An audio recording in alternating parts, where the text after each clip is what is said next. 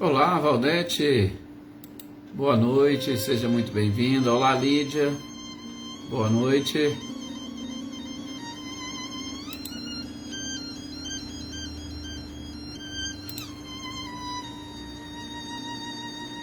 Ricardinho e Lúcia, boa noite também para vocês. Olá, Filomena, boa noite. Olá, Vânia, boa noite, seja bem-vinda. Cláudio Honor e Eliane, boa noite para vocês. Olá, Cecília, Reinaldo, boa noite. Olá, Amanda, boa noite para você, boa noite para sua mãe, para seu pai, seu irmão também, sejam bem-vindos.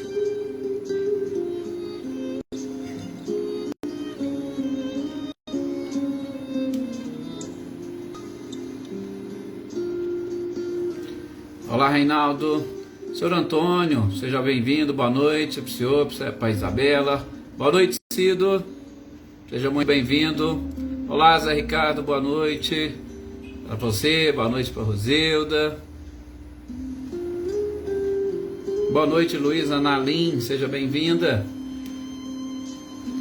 Maí, boa noite, seja bem-vinda também. Olá, Adriana Dantas, boa noite. Boa noite, Lívia, para você, para o pessoal aí de São João. Boa noite, Adriana Alvarenga.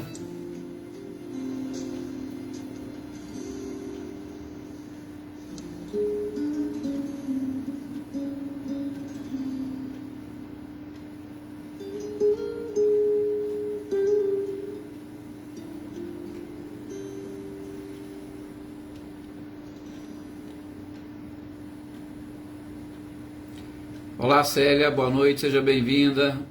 Boa noite, Maria Esther, seja bem-vinda também. Anitta e Clarindo, boa noite para vocês. Olá, Vânia.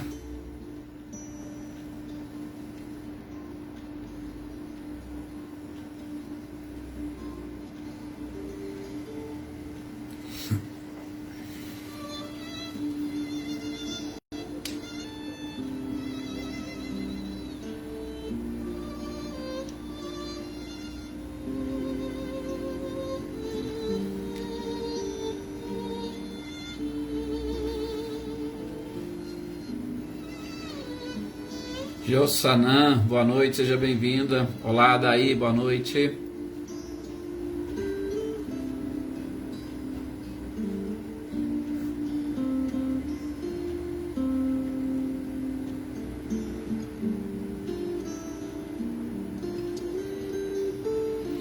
Vamos então iniciar aqui agora as nossas reflexões, fazemos a nossa prece. Com muito amor, com muito carinho e com bastante fé.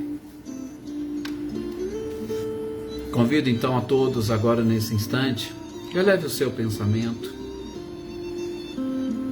Mestre amado e querido Jesus,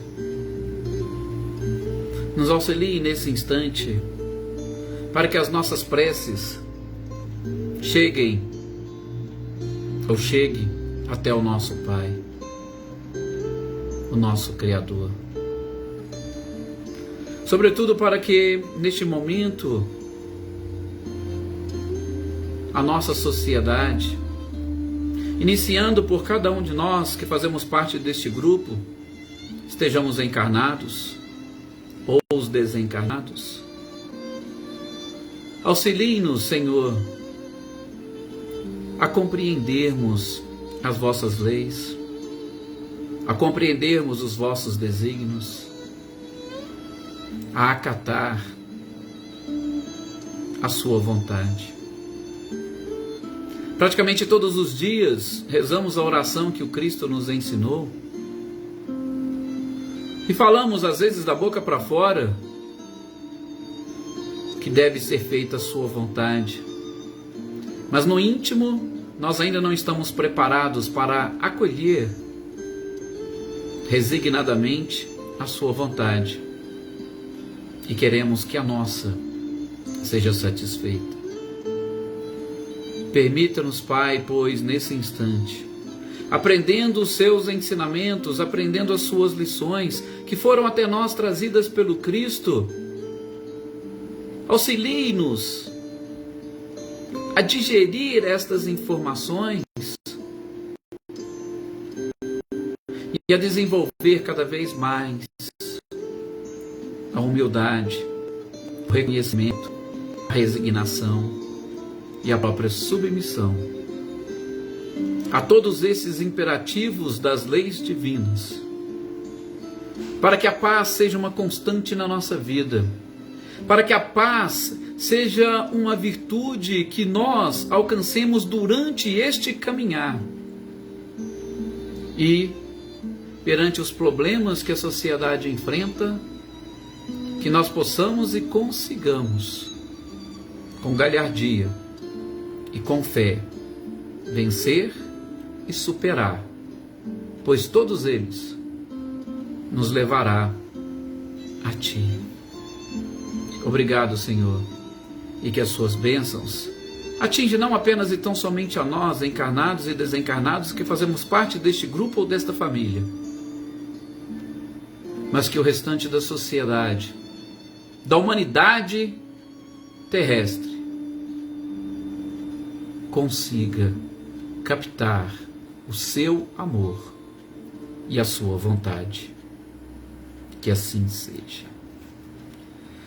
Mais uma vez, muito obrigado, meus queridos amigos e companheiros, por vocês estarem aqui compartilhando conosco estes nossos momentos.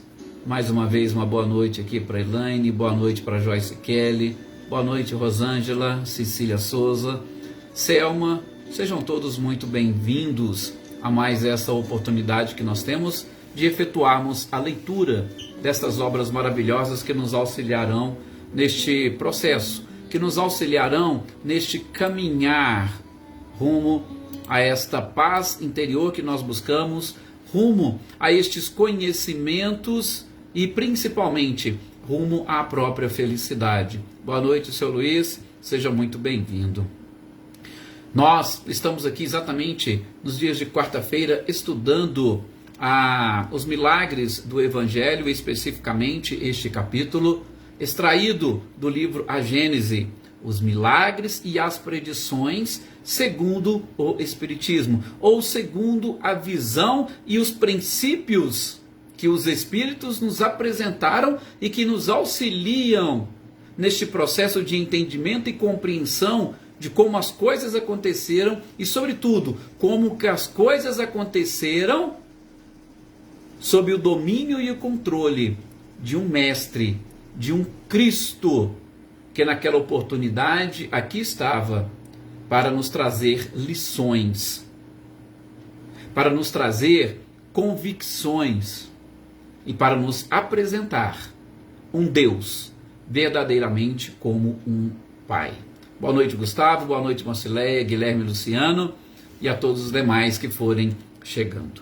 Então nós estamos tentando identificar com esses princípios da doutrina espírita aqueles episódios mais marcantes da vida do Cristo e que encontram-se relatados por estes evangelistas na Bíblia, que foram escolhidos pela própria igreja como os evangelhos que poderiam fazer parte deste livro ou desta obra e que não geraria com certeza polêmicas ou mais polêmicas em torno da vida deste próprio Cristo, em torno da vida deste Messias. Porque nós vamos encontrar muitos outros evangelhos que vocês vão ouvir falar, pessoas que relatam também fatos e episódios, talvez não da forma completa como estes 4, mas vão trazer informações daquela vida e que poderia contrastar ou poderia entrar em choque com alguns destes outros.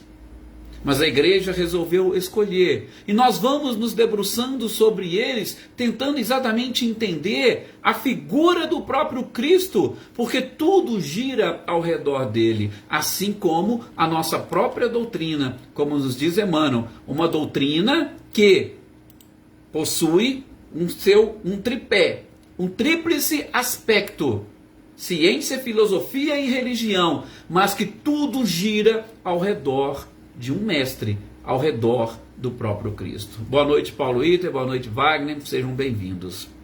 Então, nós estamos aqui tentando, e por isso a gente aprendeu inicialmente, antes desse capítulo explicando sobre os milagres, nós aprendemos sobre os fluidos. Os fluidos que são a base ou o fundamento para todas as mudanças e alterações que naquela oportunidade foram consideradas milagres.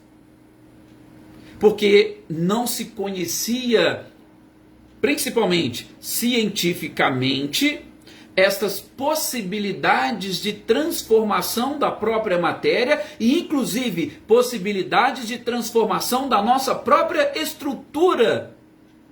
Não se conhecia a ciência, e em especial a ciência médica, como nós conhecemos hoje. Boa noite, Eveline, boa noite, Roberta, Gabi, boa noite, Adriana Valéria, sejam todos bem-vindos. Então, como que nós poderíamos explicar? Nós estamos iniciando hoje, até vou abrir um parênteses, o que nós vimos na semana anterior? A gente estava concluindo as informações que o Evangelho, ou que os Evangelhos nos trouxeram sobre o fenômeno da dupla vista, tentando entender e explicar como que este fenômeno acontecia e de uma forma muito simples e natural com o próprio Cristo. Fenômenos que Kardec agrupou, mostrando e explicando a dupla vista, mas que encontram ali espalhados pelo Evangelho, como a entrada de Jesus em Jerusalém, como a pesca milagrosa, como o beijo de Judas, ou seja, pontos ou episódios que Jesus tinha já um prévio conhecimento e utilizou uma palavra que eu gosto de usar, parafraseando Augusto Cury, utilizou um sistema de imunização ou uma vacina para os próprios apóstolos, para eles entenderem as suas próprias limitações, as suas fraquezas, e não desistirem e não desanimarem de continuar e persistir na própria luta.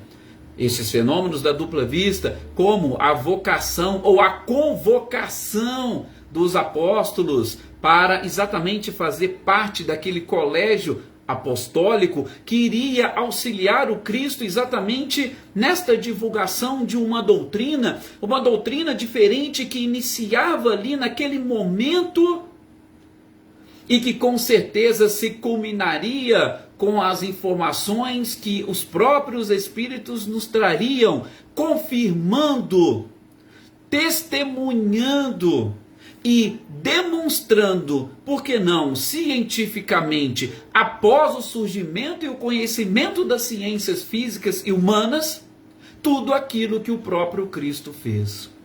Vamos adentrar ao aspecto das curas. Começamos a falar no nosso encontro passado de uma das curas mais emocionantes e, por que não, daquelas que mais chamam a nossa atenção, não pela cura propriamente dita. Por quê? Porque se formos analisar, a cura da hemorroíça era simples em se considerando com a possibilidade ou a capacidade de fazer um paralítico andar ou um cego a enxergar. Mas é um episódio que traz em seu bojo muitas informações que nos levam a pensar e a refletir, e principalmente a nós que aqui estamos, meus queridos companheiros, nós poderíamos dizer que estamos naquele mesmo patamar ou no mesmo nível que a hemorroíça se encontrava. Então, ou seja, é uma história que se aproxima muito mais de nós, sobretudo o seu passado, aqueles bastidores antes do encontro com Cristo, e, é claro, acaba calando mais fundo no nosso próprio coração, para nós também proporcionar, de alguma forma, um encontro com Jesus, para nós obtermos a nossa própria cura, que com certeza é muito mais simples do que boa parte daquelas pessoas que vivem hoje na nossa sociedade e que, tanto do ponto de vista moral, quanto do ponto de vista emocional e também do ponto de vista físico, possuem maiores dificuldades de obterem efetivamente a cura.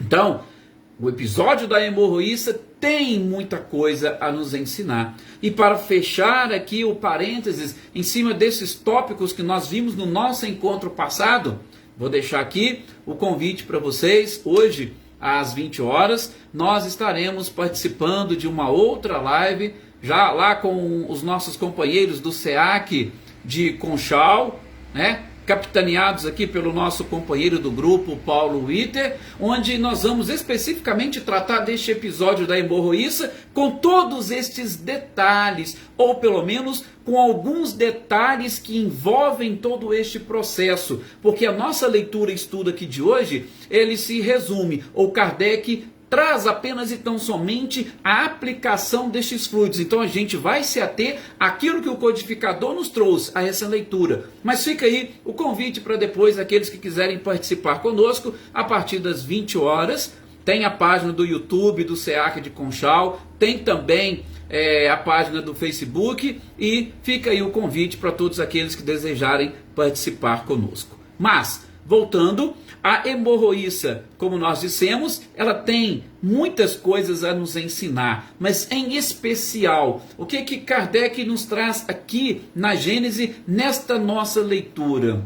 Ele vai nos apresentar, neste contato entre a hemorroíça e no contato com o próprio Cristo, ele vai estabelecer exatamente esta ponte. Olha que expressão interessante que Kardec utiliza. Mas eu creio que ficará assim porque tem a página do YouTube do SEAC de Conchal, que geralmente o Paulo deixa tudo lá gravado sim, tá? Então, essa expressão que Kardec utiliza eu acho fantástico. Ele fala numa ponte, e ele fala inclusive numa ponte fluídica. Por quê? Nós estamos falando de fluidos. Quando a hemorroíça entra em contato com Cristo, exatamente por atos da sua vontade, ela entra em contato, ela já sabia que não precisava entrar em contato ou conversar com Cristo, bastava ela tocar a orla das suas vestes para que ela ficasse curada, porque ela tinha certeza de que estabeleceria esta ponte fluídica entre ela e o Cristo, e os fluidos que ela necessitaria seriam com certeza retirados do próprio Cristo e lhe proporcionaria aquela cura. Então ela aproveita-se no meio da multidão, e ela tinha que se aproveitar mesmo. Por quê? Porque se ela simplesmente dissesse o sofrimento dela, dissesse a doença que ela tinha, ela ia ser com certeza expulsa e discriminada pelas pessoas daquela época, por alguns fatores. Pelo fato dela ser mulher, já era um fator relevante para ela não ser aceita no meio daquelas pessoas. E depois, por estar com este fluxo sanguíneo durante 12 anos. Por quê? Porque para eles era sinal de impureza. E poderíamos dizer, inclusive, de castigo divino. Porque este fluxo sanguíneo, essa hemorragia, e por que não? Podemos citar o próprio fluxo menstrual na mulher, que é algo comum e natural. Para eles era considerado um castigo porque vinha acompanhado de dores, vinha acompanhado de tensões, vinha acompanhado de desequilíbrios. E se ela estava exatamente nessa situação, é porque ela não estava em estado de graça perante Deus. Castigo? Provavelmente, mas a própria discriminação da mulher já era algo que precisaria ser vencido e superado. E ainda bem que o próprio Cristo trabalhou muito com isso, ele procurou valorizar. Aliás, foi um dos grandes divulgadores dos direitos humanos da humanidade, já começando pelas mulheres, pelas crianças, pelos mais idosos, por todos aqueles excluídos da própria sociedade. Então, quando Kardec fala e utiliza essa expressão ponte fluídica, nós temos exatamente pensar, será que nós também conseguimos estabelecer essa ponte fluídica com Cristo? Porque com certeza o Cristo, ele faz e não precisa nem de muito esforço, ele faz de tudo para o estabelecimento dessa conexão. Mas a conexão é uma via de mão dupla. Nós também temos que estar conectados para que a ponte se complete. E todos nós temos o nosso livre-arbítrio, nós temos essa liberdade. E exatamente um outro ponto que o próprio Kardec coloca é isso. E a gente precisa aprender a trabalhar a nossa vontade. A nossa vontade, que tipo de vontade? Uma vontade doadora, uma vontade receptora. Ele coloca uma vontade aspiradora. Veja, como anda a minha própria vontade, sobretudo na necessidade de estabelecer essa ponte, e por que não, uma ponte fluídica com o próprio Cristo. Boa noite, Gilberto, seja bem-vindo. A minha vontade é apenas e tão somente uma vontade receptora? Só penso em receber, só quero receber, só quero ou só espero que as coisas venham de cima para baixo?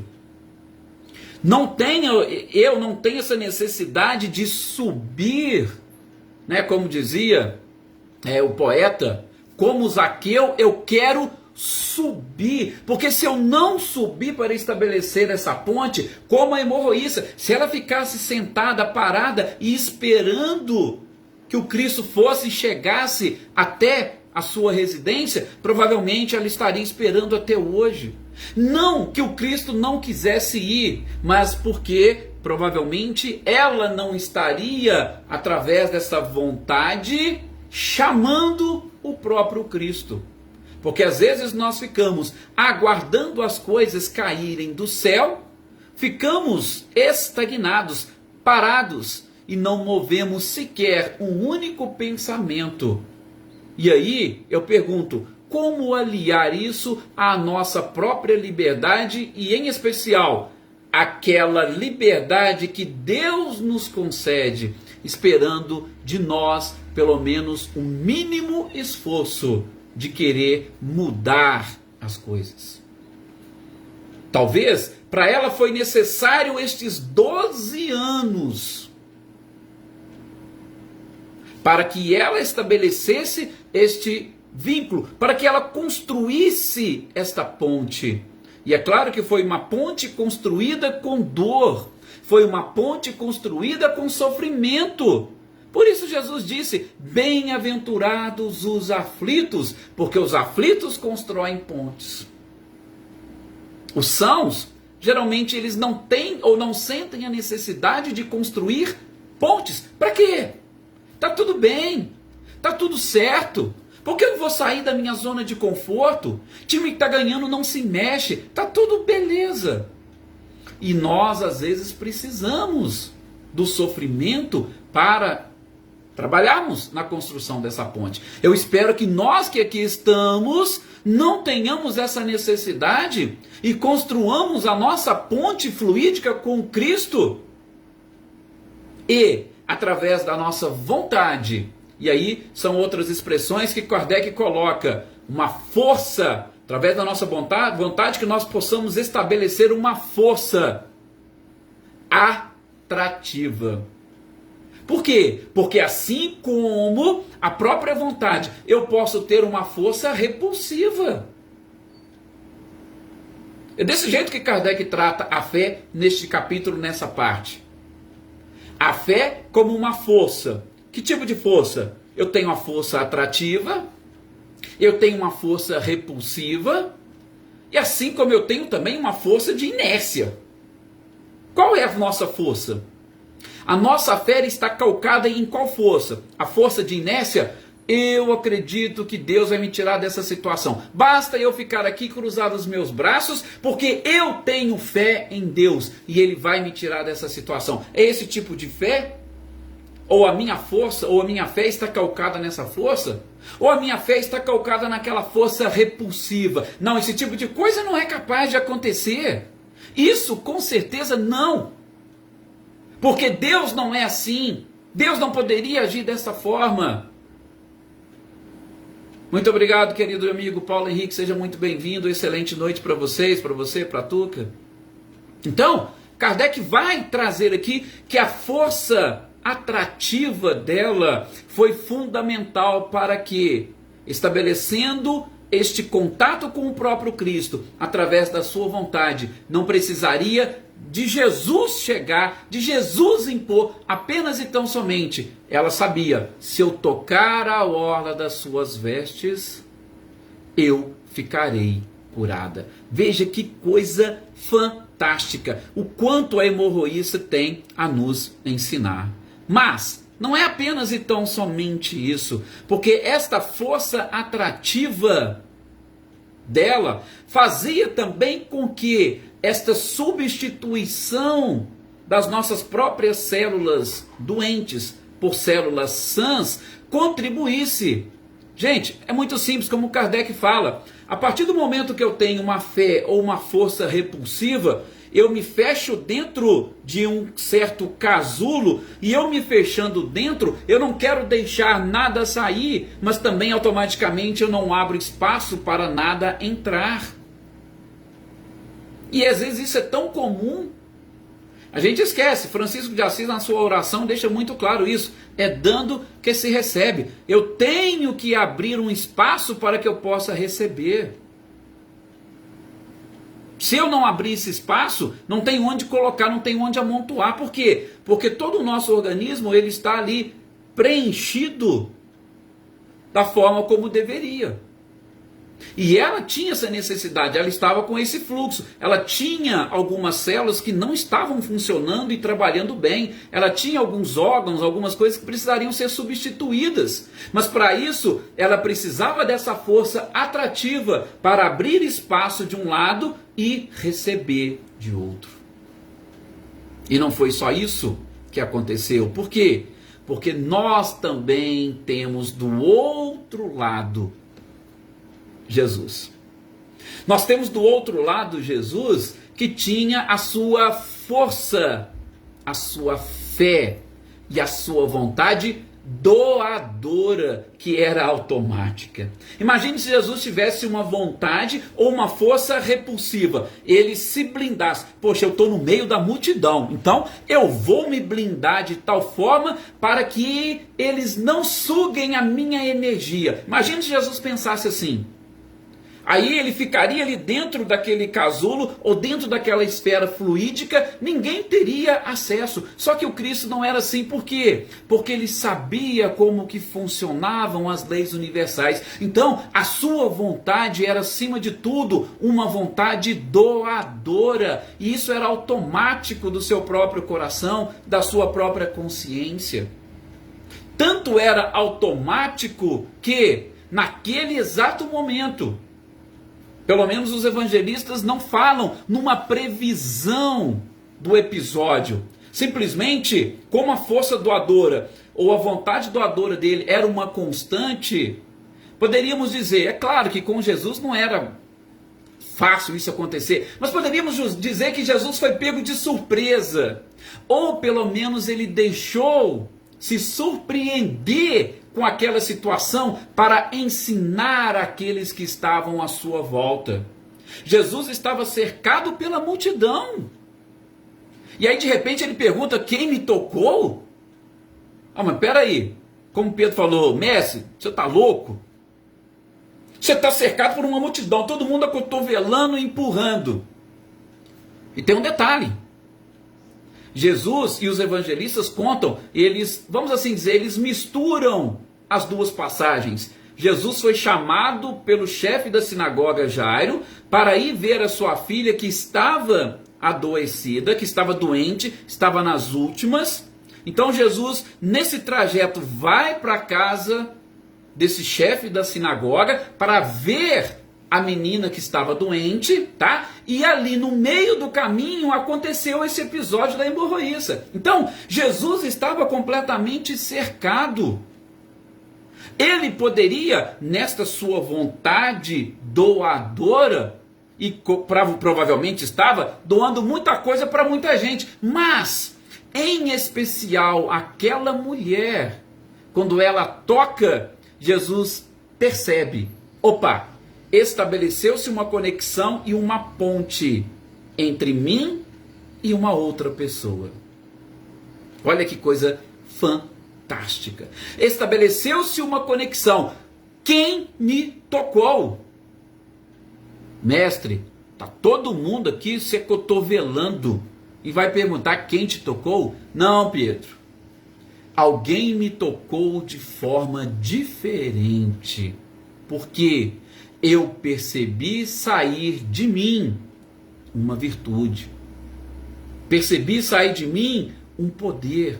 Percebi sair de mim um fluido diferente. A minha vontade doadora se casou com uma força atrativa, muito forte. Alguém que estava realmente com fé, mexeu na minha estrutura e tirou algo que essa pessoa necessitava, mas era algo de extrema importância e que com certeza mexeu com a minha estrutura, não de uma forma negativa, mas mexeu com a estrutura do Cristo de uma forma diferente. Por quê? Porque no meio daquela multidão ninguém tinha conseguido tocar nele com tamanha fé e com uma força atrativa capaz de mexer com a sua estrutura. Tinha os apóstolos, tinham vários homens, tinha provavelmente autoridades como o chefe das sinagogas, tinha os servos, tinha muita gente ali e ninguém conseguiu. Foi só ela, uma única pessoa que vem com a força atrativa e, como diz Kardec, estabelecendo essa ponte que puxa e que a atrai para si um certo poder, uma certa virtude. Duas pessoas, dois seres, duas vontades, duas forças convergindo para o mesmo objetivo. Jesus querendo curar e a hemorroíça querendo ser curada. Então, estes podemos chamar de bastidores. Estes bastidores do evento são fantásticos. Mas vamos lá, especificamente, para nós fecharmos aqui. Repito, a história ela é realmente emocionante, muito interessante. Tá? A questão da cura propriamente dita. Gente, como que essa cura se processou? A gente está falando de toda essa questão que poderíamos chamar de mística, que está relacionada com todo esse misticismo da nossa vontade, dos nossos desejos, da nossa própria fé, indiscutível. Mas e fisicamente? Ora, o próprio Cristo percebeu sair de si uma vibração, sair de si fluidos diferentes.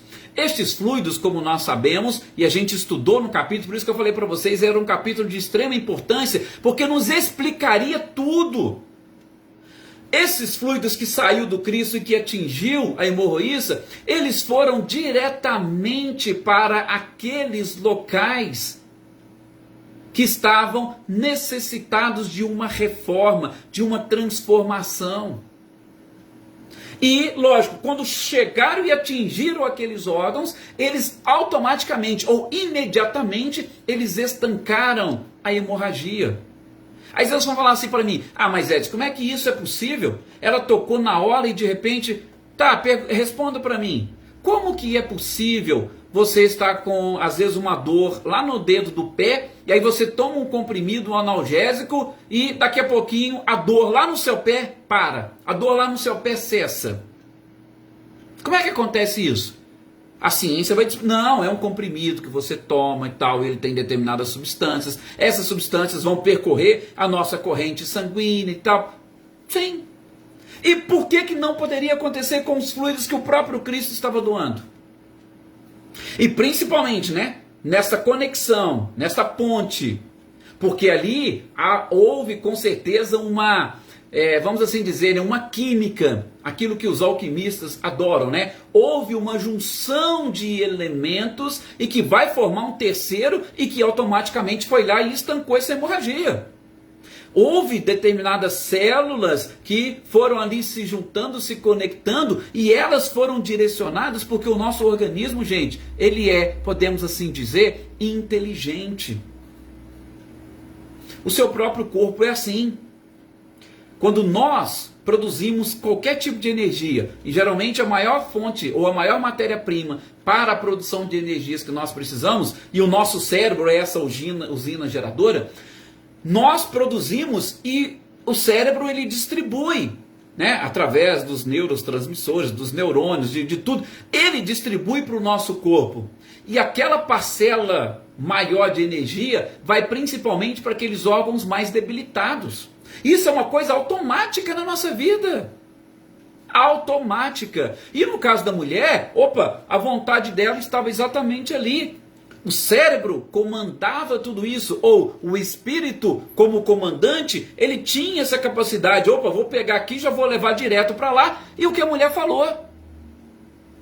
Aí, quando Jesus pergunta, para a gente já passando para a nossa conclusão, deixa eu só ver o que o Wagner colocou aqui.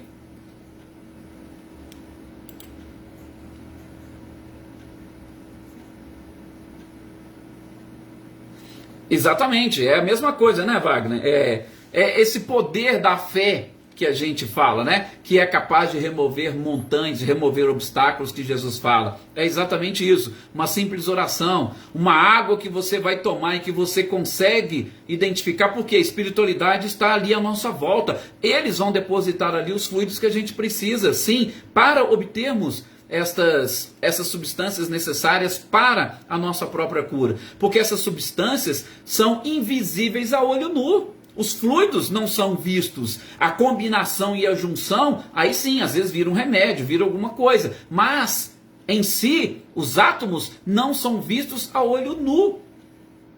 Foi exatamente o que aconteceu. Então, para nós fecharmos o episódio, Jesus, quando ele faz a pergunta, e interessante que Richard Simonetti fala, olha, provavelmente ele já fez a pergunta olhando para a mulher. E a mulher logo chegou e ela já percebeu, ou provavelmente o seu olhar se cruzou com o olhar do mestre. Ela percebeu que estava sendo direcionada a ela. E ela, naquele instante, diante de tantos obstáculos, ela acabou confessando: mestre, fui eu. E ela diz: no exato momento que eu te toquei, imediatamente eu fiquei curada. Imediatamente estancou-se a hemorragia. Ela sentiu isso. Vejam, fantástico. E algo simples e natural. O Wagner citou o exemplo aqui da irmã dele que tinha toda essa fé. Adriana Valério, que também trabalha inclusive na área da saúde, né, Adriana? Sabe como que realmente a fé, ela potencializa o processo de cura. Até mesmo quando você vai buscar um medicamento, quando você vai buscar um médico, você vai buscar uma cirurgia, a fé, ela potencializa ou ela acelera o processo de cura.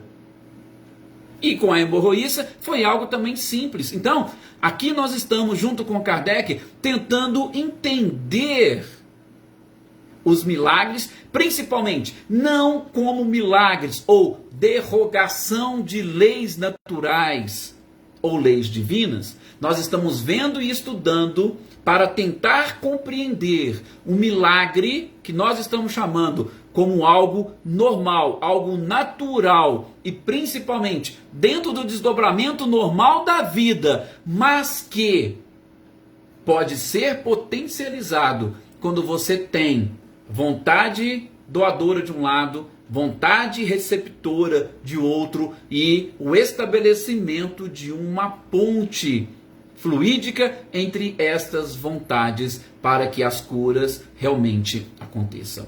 É isso que Kardec procura nos mostrar aqui nesse capítulo. Esta foi a primeira cura. Na próxima, a gente vai ver a cura do cego de Betsaida, que também, lógico, seria uma palestra interessante, mas a gente vai ver só alguns aspectos. E é claro que eu aprofundei um pouquinho mais da hemorroíça aqui, por conta do momento que nós estamos vivendo, e eu acho que pode contribuir e muito com o fortalecimento da nossa própria fé. Por isso, meus queridos companheiros, Maria Aparecida, boa noite, seja bem-vinda, mas nós estamos aqui já encerrando essa nossa exposição, já estamos no nosso horário. Agradeço mais uma vez a participação e o carinho de todos vocês e espero no nosso próximo encontro, na sequência desta leitura e estudo. E como eu disse também agora há pouco, fica aí também o convite para aqueles que quiserem participar. Hoje nós vamos fazer uma live falando exatamente deste episódio da hemorroíça, abordando outros pontos e outros aspectos. Muito obrigado a todos vocês, uma excelente noite e até o nosso próximo encontro. Que cada um de vocês consiga sentir e perceber, ou melhor, que cada um de vocês estabeleçam essa conexão e esta ponte fluídica com o nosso Mestre amado e querido Jesus.